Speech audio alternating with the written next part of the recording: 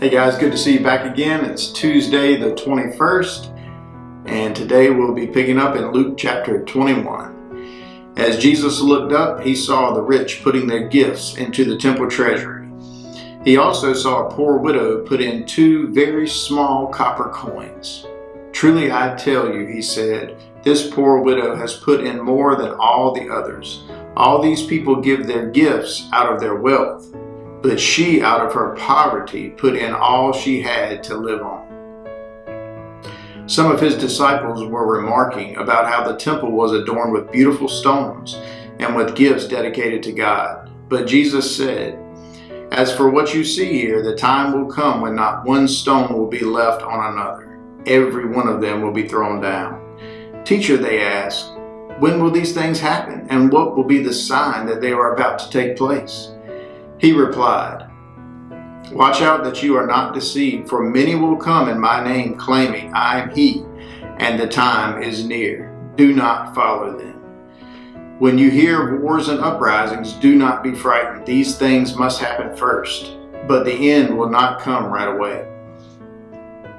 Then he said to them, "Nations will rise against nations, and kingdom against kingdom.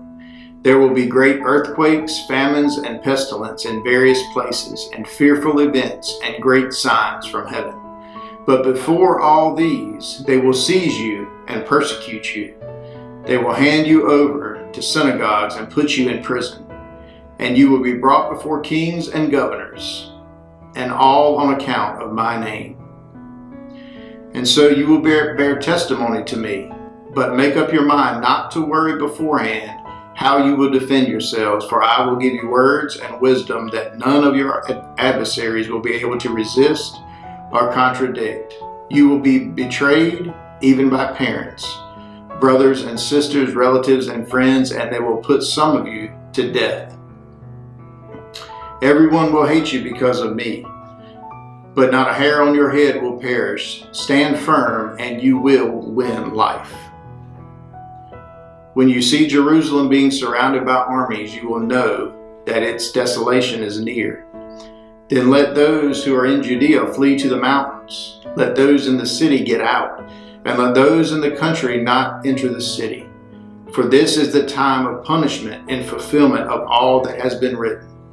How dreadful it will be in those days of pregnant women and nursing mothers. There will be great distress in the land and wrath against this people. They will fall by the sword and will be taken as prisoners to all the nations. Jerusalem will be trampled on by the Gentiles until the times of the Gentiles are fulfilled. There will be signs in the sun, moon, and stars. On the earth, nations will be in anguish and perplexity at the roaring and tossing of the sea. Some will faint from terror, apprehensive of what is coming on the world. From the heavenly bodies will be shaken. At that time they will see the Son of Man coming in the cloud with power and great glory. When these things begin to take place, stand up and lift up your heads, because your redemption is drawing near." He told them this parable. "Look at the fig tree and all the trees. When they sprout leaves, you can see for yourselves and know that summer is near. Even so, when you see these things happening, you know that the kingdom of God is near. Truly, I tell you, this generation will certainly not pass away until all these things have happened. Heaven and earth will pass away, but my words will never pass away. Be careful, or your hearts will be weighed down with carousing, drunkenness, and the anxiety of life. And that day will close on you suddenly like a trap. For it will come on all those who live on the face of the whole earth. Be always on the watch and pray that you may be able to escape all that is about to happen, and that you may be able to stand before the Son of Man."